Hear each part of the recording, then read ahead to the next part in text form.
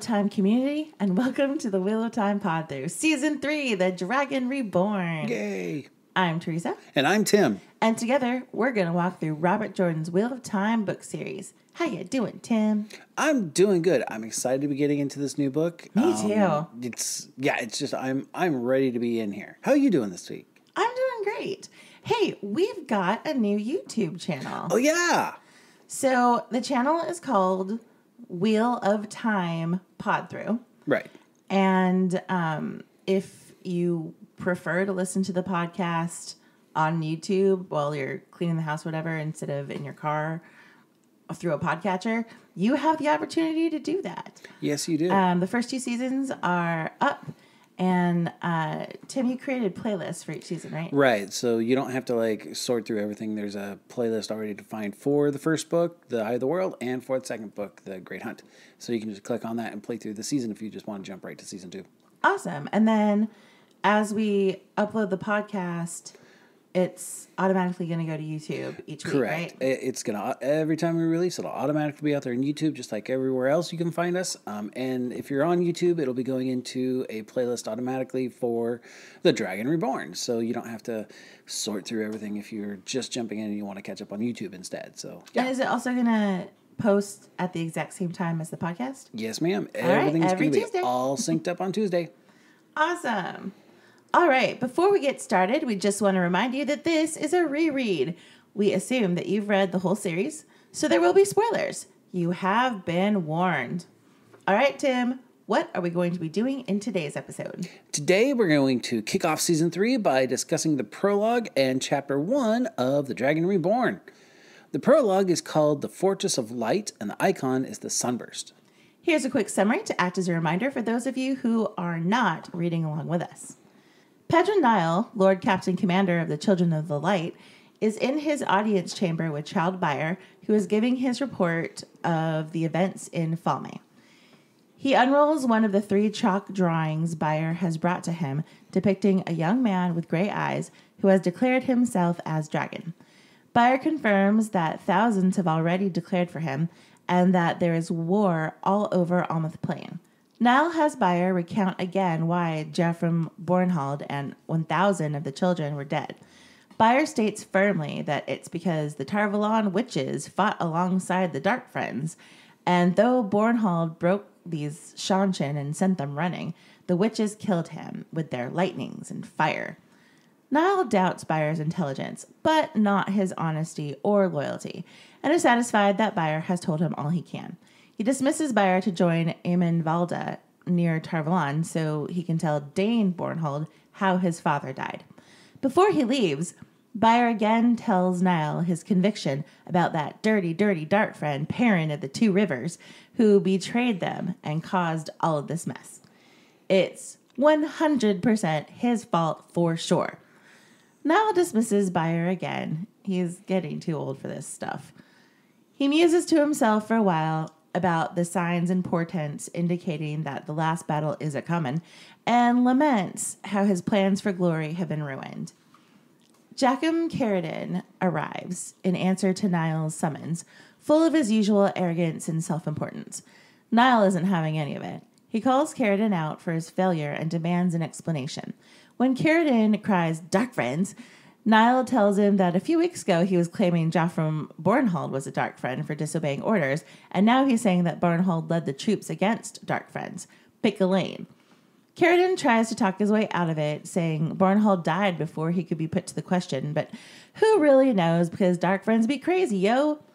Rumors and lies are flying all over the plain, but the Shanshin were no more than another rabble of Dark Friends gathered to support a false dragon, only this time with open Aes Sedai support. Maybe the false dragon can channel, maybe not, but Carradine is confident that he can wipe them all out before summer.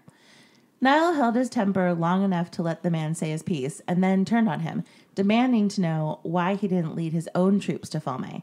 His job had been to seize Almouth Plain, which should have been easy, and instead he let the plain erupt. Niall threatens that he should hand Carradine over to his own questioners as a scapegoat for the mess he made.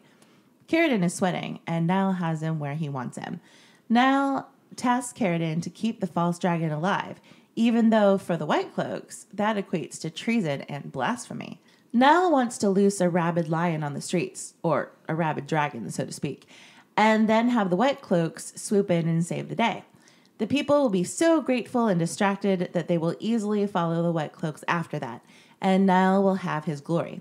He knows Carradine has shady ways and can get the message out discreetly and worded in a way no one would suspect anything weird. He warns Carradine that if the false dragon dies before Niall commands it, or if any sort of accident should befall Niall himself, Carradine wouldn't survive either of them a month. Niall kicks Carradine out, reminding him that he is sworn to obey. Niall's plan is to unite the nations under the Children of Light for the last battle, and legends will tell of how Pedro and Niall fought Tarmageddon and won. Niall's dream of glory is interrupted by a bony little man calling himself Ordith, a.k.a. Patton Fane.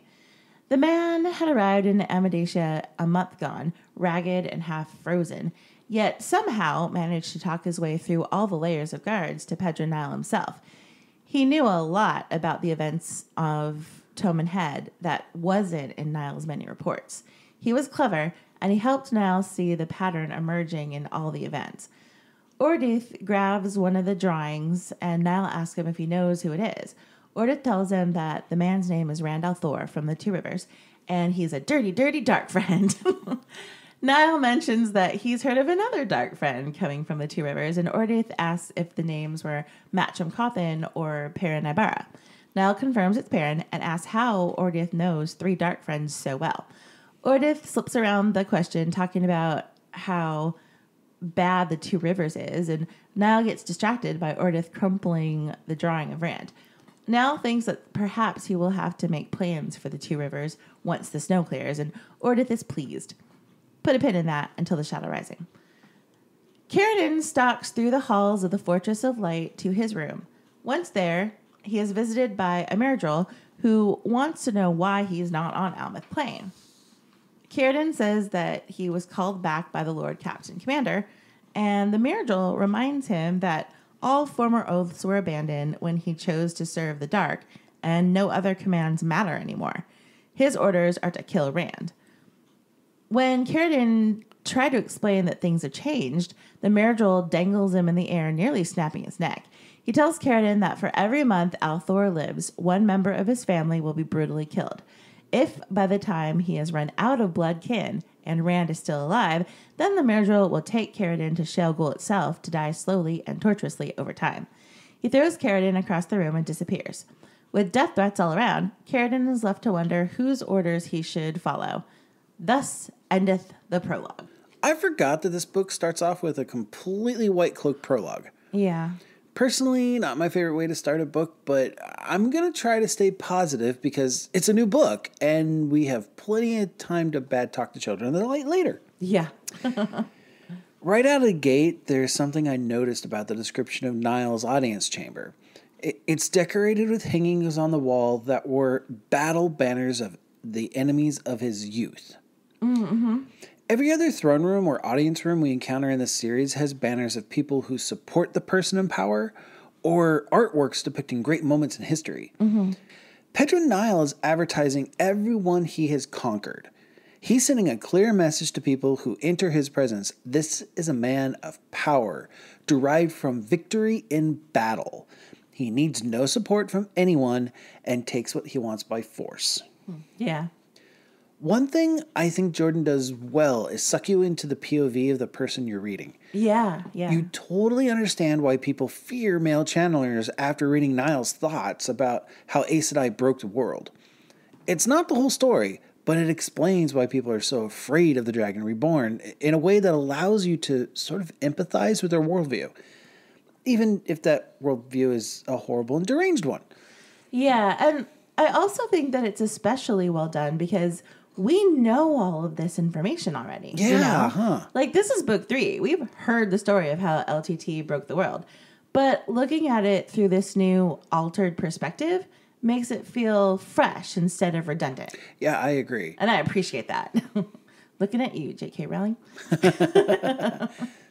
You see, Quidditch is played with 4... Oh, my gosh. So, Harry was this boy, and he wasn't an ordinary boy. Hated his birthday, and blah, blah, blah. Yeah, anyway. Wrong book series. So Byer recaps his version of what went down at the end of the last book, and it's both refreshing and frustrating to see Niall's inner thoughts about him. Like, on one hand, it's nice that someone is acknowledging that Byer is off his rocker. Yeah. But it's frustrating that this crazy zealotry isn't called down in any way. Yeah. You know? It's actually encouraged a bit here. A little bit, yeah. I mean, Niall knows that Byer is not right in the head and that he's probably problematic, but he doesn't care because, I mean, nothing that Byer is going to do really affects his plans. Like, Byer's so far beneath him that it's like, I mean, yeah, he's going to cause a bunch of problems and mayhem for, you know, the rabble, but whatever, you know, like, Niall doesn't care about them. Yeah, he's got bigger fish to fry. Yeah, he is busy trying to have glory and conquer the world and stuff. Yeah. Jordan does a good job of clearly setting Niall up as the general who has reached the peak of his military career and is fighting the inevitable decline that comes with that age. Mm-hmm. He is tired and feels it in his bones. He feels time running out, but at the same time, he's the kind of person who rose to his station as a warrior, a man of action and might, so he's not going to go out until his legacy is secure. Right. Like, we know everything we need to know about him in these first few pages without him feeling like a cookie-cutter bad guy, or at least that's how it feels to me. Mm-hmm. Is it wrong that when I read Jackham Carradine, Anointed of the Light, Inquisitor of the Hand of the Light, in my head, I think the man who calls himself Bors? I mean, we had it beat into our heads in the last prologue, so Right, yeah. So the scene between Carradine and Niall is really well done. Carradine is slippery, and his competence is well earned. He's clever, and he knows how to maneuver. But on the other hand, Pedro Niall is one of the 5 great captains. Yes. He is a master strategist, and he plays Carradine really well, luring him into a false sense of security and then knocking him off balance. You know, he calls Carradine out for accusing Bornhold of being a dark friend, but then pretends to go along with his proofs that the stories of the Seanchan are lies. Right when Carradine is puffed up and making grandiose promises, Niall strikes with an accusation and threats until Carradine is stammering and sweating.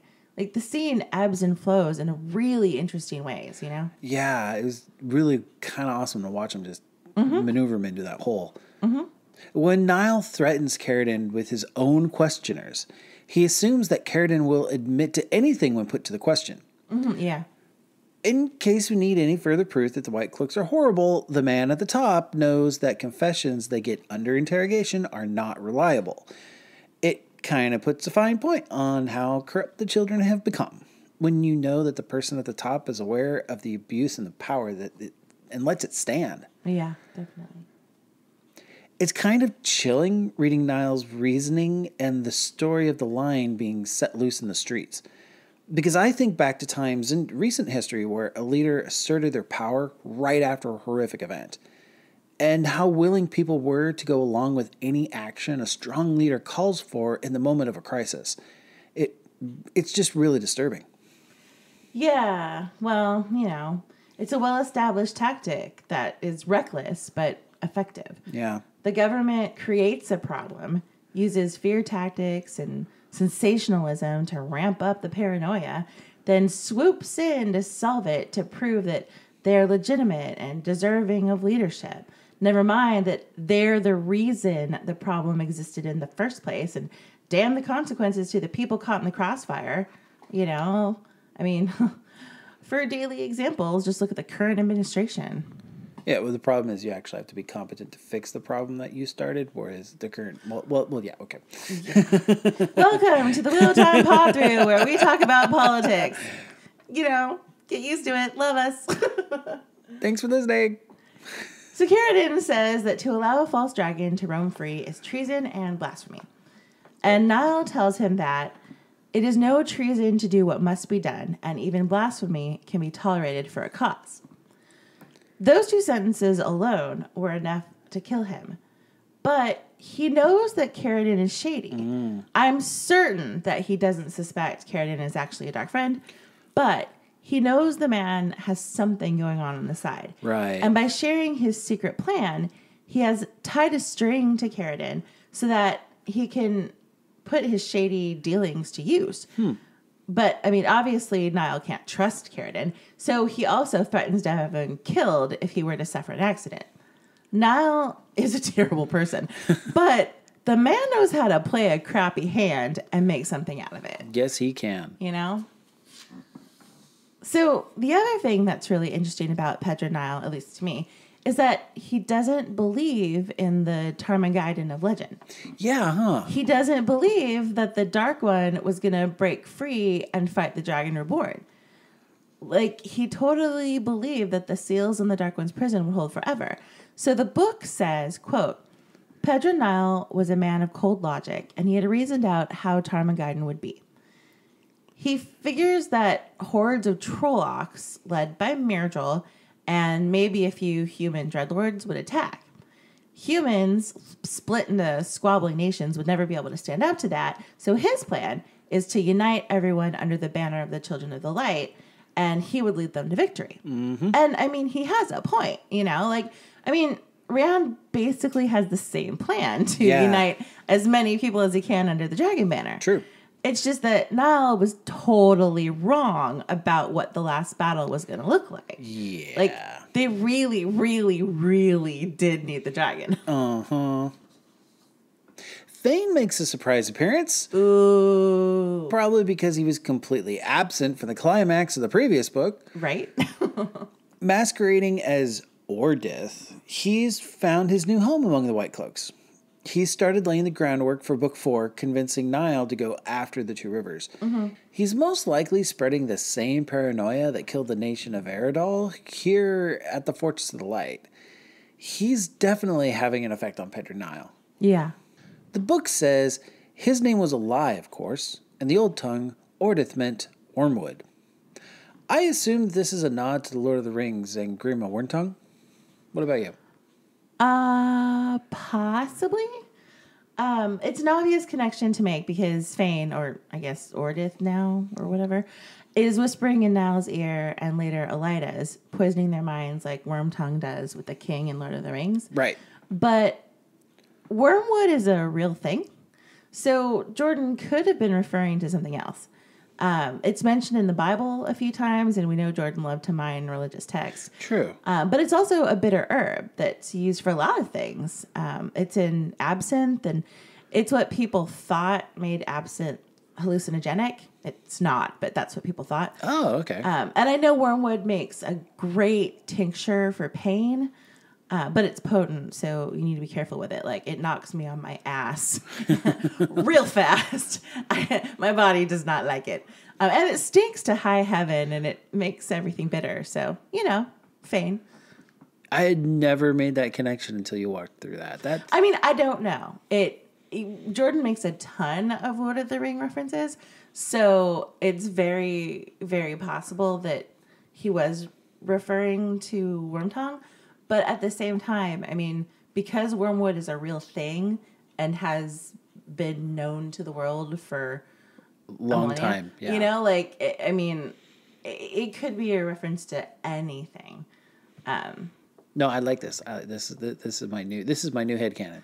That he's referring to the actual wormwood. Yes, that bitter herb equals this thing that I don't want to touch. Yeah. Okay. Carradine has a surprise visit from a Myrddraal that lays down the law. Robert Jordan confirmed that this was a prototype version of what later became Shidar Haran. Shidar Haran? Yeah, something like that. Shidar Haran. The mouth of Sauron. I mean, the Hand of the Dark. We'll talk more about him later, but essentially Carradine is stuck between a rock and a hard place. He can have Rand killed and let Pedro Niall kill him for disobeying orders, or protect Rand and let the Myrddraal kill him and his entire bloodline. Now might be a good time to rethink his life choices. You think? We've talked a little about this before, but being a dark friend sucks. Yes, it does. It doesn't seem to matter who they are. Even the high-ranking Dark Friends are constantly being threatened by Myrddraal or Forsaken. And the nobodies are basically Trolloc snacks. Like, I don't know why anyone chooses to be a Dark Friend. They're promised money and power, but no one lives long enough to collect. I may have said this before, but I'm really looking forward to seeing how the TV show portrays fades. Like, I'll be interested to see how they handle descriptions like this one. Halfmen rode shadows like horses. It's actually one of the things I find more terrifying about them. How they can just appear or disappear any place that there's a shadow. Yeah, definitely. I'm looking forward to figuring that out. Yeah. That wraps up the prologue. But before we get to chapter 1, here's a quick word from our sponsors. Today's episode of the Wheel of Time Pod-Thru is brought to you by Ranland's Dark Friend Recruitment Program. Have you considered a life of murder and mayhem? Does the challenge of kidnapping and torture excite you? Then you might be just right to join the proud men and women sworn to the Great Lord of the Dark. See the world traveling with Trollocs. Be promoted to Dreadlord after your first year. And don't worry, after you've sworn the oaths, if you don't like it, you can quit anytime. Become a Dark Friend. More money and power than you can use in a lifetime, especially a shortened one like yours. Come to the dark side. We have cookies. Chapter 1 is called Waiting, and the icon is the 2 ravens. The wheel of time turns, and ages come and pass, leaving memories that become legend. Legend fades to myth, and even myth is long forgotten when the age that gave it birth comes again. In one age, called the Third Age by some, an age yet to come, an age long past, a wind rose in the mountains of mist. The wind was not the beginning. There are neither beginnings nor endings to the turning of the wheel of time, but it was a beginning. Yes, I am going to read it every time. Learn to love it. Anyway, wind. It's winter in the mountains, and Perrin is cold and grumpy. He sits his horse watching and waiting with 5 Shanarians. Moraine has kept them all waiting in the mountains all winter, and Perrin is antsy and irritated. He is very definitely ignoring anything wolf-related. His super-enhanced eyesight allowed him to spot the single rider well before any of the others, but before he could give word, Masema spotted a raven. Perrin shoots it with his 2 Rivers longbow. Perrin asks if the bird has to report or if the Dark One can see what it sees. And Regan tells him that it has to report first, usually to a half-man.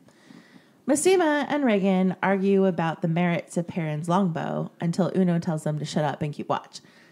Knowing about Perrin's good eyes, he asks if Perrin can see anything, and he alerts them to the rider. He notices her bright clothes and tells them that she's a tinker this time. They ride out to meet her, and Perrin notes that she does not smell afraid.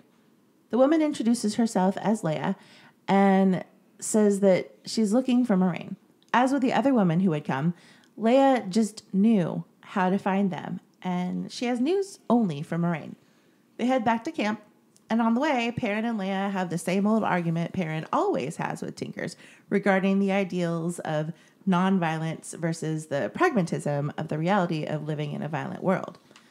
Perrin leads them through a narrow pass in the mountain that opens up to a small camp with a dragon banner flying overhead. Perrin welcomes Leia to the camp of the Dragon Reborn. I will never get tired of the opening of these books. Right? The whole idea that there are no beginnings or endings to the wheel, that we're being dropped into just one story out of endless possible ways it could unfold, it's just something I really love. I just love the way it's written. It's written like poetry. You know? Yeah, it is. Like, it really is. I appreciate a lot that Robert Jordan doesn't use too much flowery language like so many fantasy books do. Like, that's one of the reasons I don't love reading fantasy, because so much of it can get so flowery and overwritten. Yeah. And with few exceptions, especially as the series moves on, Jordan doesn't do that. But the way he starts every book, this like passage about the ages come and gone and the legend and the winds and everything, it reads like poetry, and it's just beautiful. Yeah, and it kind of sets the tone right at the beginning. Settle in. This is a high fantasy story. Yes, absolutely. Like it doesn't give any illusion that it's anything else. Yeah. So it's cold. Yes, it is. And Perrin is not happy about it. No, he's not. He's not happy about a lot of things right now. Mostly it's the changes going on around him. And I get it. I really do. Like, his best friends are changing. Rand is a channeler. Matt has been under the influence of the dagger and could be dead for all he knows.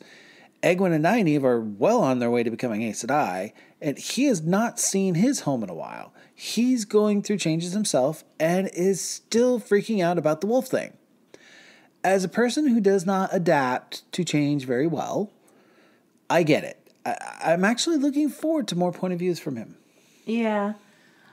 I love that Perrin has no idea why the Shanarian soldiers defer to him. Right? I mean, yes, he's young and still inexperienced, but he's learning quickly, and he's not as green as he once was. He's also freaking huge. He's this big, burly man with golden eyes who can see and hear far better than anyone else, and seems to have a sixth sense to clue him in on how people feel with the whole smelling thing he does. And he's besties with the Dragon Reborn. Of course they're gonna defer to him. Duh. It's a nice touch that the Ravens have to report back to someone. Otherwise, their surveillance would be too convenient. Yeah. One of the hardest parts of world building is balancing cool superpowers, so they're not overpowered. If the superpower is too super, then you have to come up with reasons why it can't work, and that can feel really fake and forced. Yeah. This is very simple and doesn't seem forced at all, at least to me. So the discussion between Regan and Massima about Perrin's bow, it's actually based on a very long-running military debate. The English longbow allowed England to become a superpower for many years, and it took several years of developing gun accuracy before the bow became obsolete. Like, the way the physics work, that huge bow can shoot really, really high and far. So gravity pulls the arrow back down to the ground, and it becomes almost unstoppable. One or two volleys from the top of a hill to a battlefield below, and the people on the receiving end are going to be hurting, even if they're well armored. Interesting. I don't really know anything about bows and arrows and things like that. But yeah, the boys always get a lot of flack for their longbow being so huge. So it's definitely a recurring thing. Yeah, well, because the drawback is that it is huge and very hard to pull that big of a bow as well. You have to be really, really strong. But yeah, and you obviously can't do it from horseback. Although Matt does. Matt does. Which, and now that I'm thinking about the physics of that, it doesn't make any sense. And Perrin does here in this chapter. That's right, he's on his horse. Duh. Perrin's also a blacksmith. Then what the hell is Massima saying? Because that's one of the arguments he uses. Can't use it on a horseback, right? Yeah, it is. It's so... So he watches Perrin do it from a horse and then says he can't do it from a horse. Interesting. Yeah, it's irony that it's all happening here. Yeah. Interesting, okay. So just to put a fine point on it, Massima can just shut up. I mean, granted, Perrin is ginormous, and because he is a blacksmith, much stronger than most men. So, like, an average person might not be able to do it on horseback, but... But I wouldn't describe Matt as big and bulky. He's not. He's shorter than the other guys. I mean, the other guys are gigantic. 6'2", 6'5". Robert Jordan wrote them tall. Well, he was a tall man himself. 5'10". So, yeah. But still. Yeah. Yeah. Anyway, little tangent there, but I like that the Shanarians have accepted that Perrin's a little different with his golden eyes and everything. But, it's no big deal. And Perrin really needs that. He really does. He's so self-conscious and always trying to hide his eyes. He needs to be around people that accept him without question. You know? Like, it's really nice. It struck me as odd this time how quickly we moved from Perrin thinking about how the soldiers accept him in spite of his strange eyes to them being completely dismissive of the woman that they see because she's one of the traveling people. Like, Perrin thinks they seem to accept everything and anything. The world was changing, they said, in regards to himself. But in the next breath, it's bloody tinkers and useless cowards. I guess the world has not changed enough to include the Tuathan, at least for Massima. I really enjoy how both Reagan and Uno put him in his place right here. Yeah. So Perrin is trying so hard to ignore the wolves and anything wolf related. He can't help smelling the people around him and then yells at himself to stop that. He's ignoring the tickling in his brain where the wolves are, but it's all starting to become involuntary. He's having a harder and harder time trying to ignore it. Yeah, it becomes second nature to him later on. Yeah. And the smelling thing is really useful. Yeah. And I'm really going to enjoy watching Perrin's journey in this book. Like, also, I love the fact that he smells no fear on Leah, which reinforces what Uno and Reagan were saying earlier about her. Yeah, absolutely. That she's definitely not a coward. Yeah. So Perrin asks, how did you find us? He had asked before, each time Moraine sent him out to wait at a spot she named for a woman she knew would come. The answer would be the same as it always was, but he had to ask. Leia shrugged and answered hesitantly. I knew that if I came this way, someone would find me and take me to her. I just knew. I have news for her. So, what is this? Does this come up again? Like, how do all these women just know where to go? Yeah. Has Moraine set up some sort of girl power beacon that leads these women to her? Like, I don't get it. Like, what is this? So you asked, one of the questions you just asked is, does this come up again? Right. And I'm pretty sure the answer to that is no. Right. Not that I can recall. Please let us know if I'm wrong. But not that I can recall. Tweet us at what Pod-Thru. Send your emails too. But yeah, it's one of those things where I think what's going on here is either similar to like a reversal of the coin bond or some kind of connection that she has. And I would go so far as to say that this might actually be something that only the Blue Aja has because they're so good at their spycraft. Yeah, I think so there's some kind of connection she has to these women. Like the coin bond thing, right?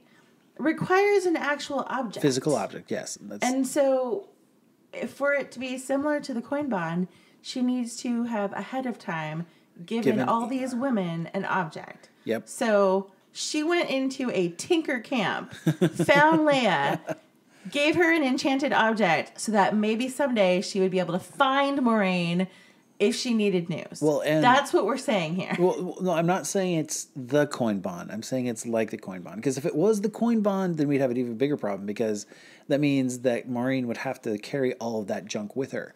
Remember, they have to find her. She's got Mary Poppins' magic carpet bag of like random coin bond objects. She's Mary frickin' Poppins. But that's the thing. Like with the coin bond, that's how she was able to track the boys. Not how the boys could track her. And, like, distance made a difference and blah, blah, blah. So, I know you're not saying that's the exact wave that's going on. I don't think that's what's happening. It doesn't make any sense for that to happen. But there's either it's something of the power or, like I said, the Blue have a very good spy network. Yeah, I mean, I definitely think that is more likely that it has to do with her network of eyes and ears. I mean, she is able to send pigeons from the mountain or other birds. I don't know what birds happen in the mountain, but, you know, like she's able to send messages to people. She was able to send a message to Swan. So, I don't know. I mean, I definitely feel that part of the Blue Eyes and Ears network has to be a part of this. But this whole I just knew thing, it doesn't make any sense. And I think Robert Jordan doesn't have to come back to this later because in this book we start to really delve into the Tel'aran'rhiod, the word I can never say, the world of dream, the dream world. Because later, you know, we use that for all of our spying and communicating and telling people they need to go places. So I think that kind of replaces whatever he was trying to do here. Yeah. Which just goes to show that the rules of the world are finally starting to set in stone. I think this is the last bit of kind of hand-wavy nonsense we're going to run into. Yeah, I mean, ultimately, this is just explained away because Moraine is magic for some reason. Right. But yeah, it just doesn't make sense. And I mean, in future books, it's easy to find Moraine because all you have to do is find the dragon, and everyone knows where the dragon is. True. But that hasn't happened yet. Like, they're hiding. So I just think it's really weird that these women are able to just know where to go. It doesn't make any sense. If a wise one popped into their dream and said, go here, that would make sense how they would know. But yeah. But we haven't seen that happen yet. We know Moraine isn't a dream walker, so... Yeah, as far as we know, Moraine has no knowledge of the dream world. Like, she's not able to help Egwene at all, as far as I remember. Right. So, she's definitely not doing anything like that. So, I think you're right. This is just... Hand-wavy nonsense? It happened because it had to happen, and the plot demanded it. It happened because Moraine is Gandalf. Tavern. There we go. So, the exchange between Perrin and Leia does a really good job of both reminding us about Perrin's experience with the traveling people and setting up the struggle that we will have with them for the rest of the series. Yeah. At the end of the day, they're both right, but not about everything they believe. Perrin is right that no amount of running from the Trollocs will save you from them. But Leia is correct that there's always a cost when you do violence, usually to yourself. Yeah. And that cost may sometimes be a bit of your own humanity. Perhaps this is why Perrin has such a strong reaction to the passive nature of the traveling people. He is already struggling to hold on to what he thinks is his humanity, with a wolf brother nature coming out stronger. Mm-hmm. Like, Leia is just another person reminding him how hard it is to remain human in the wake of all the events going on around him. And like I said at the top of the chapter, Perrin hates change. Yeah, maybe, because he does react very strongly whenever he talks to the traveling people. Like, he gets so angry so quickly. Yeah. Because ultimately, deep down, he loves the ideals of the Way of the Leaf. He wishes the world was that way. True. He responds so strongly to it as this ideal that he would love to be true. And he's so disappointed in the world that it's not true, that the world is so screwed up that he doesn't think it's ever even possible, that it's just like a silly dream in a way. And that those two parts of him just war so heavily against each other that all he does is explode with anger every time he talks to any of them. Yeah. So this is a small thing, but as they head into camp, there are lookouts and they use bird calls to communicate to each other. Uh-huh. Perrin recognizes Bluefinch, which is a borderland bird. So in the next book, when the Two Rivers is gearing up for battle, they do the same thing with lookouts and bird calls. Oh, yeah. And so I'm wondering if Perrin learned that trick from the Shannarians and then taught the Two Rivers folk. I just think that's really cool, you know, like, because I just assumed that Perrin, like, the Two Rivers would have done that. Like, he learned it in the Two Rivers. But I think, actually, he learns it here from the Shannarians. And I think that's super cool. Like, Perrin levels up in his time with the Shannarians. So I love that he passes some of their knowledge on to his people back home. Yeah. You know, it's like this kind of full circle thing. And I really like that little detail. I noticed that. Yeah, that's cool. Yeah. And that brings us to the camp of the Dragon Reborn. Dun, dun, dun. That's it for the prologue in Chapter 1 of the Dragon Reborn. Join us next week for Chapters 2 and 3, where Rand is not doing so well and almost brings down the mountain. We hope that you enjoyed this episode of the Wheel of Time Pod-Thru. We'll see you again next week. Make sure that you rate and subscribe to us on iTunes or wherever you get your podcasts. If you could leave us a positive review, it would really help us out. It makes us more visible so people can find us. You can tweet us at Pod-Thru or email us at whatpodthru@gmail.com and tell us your thoughts on anything we covered today. That's WOTPODTHRU@gmail.com. Thanks, everybody, and we hope the wheel weaves you in our direction again soon.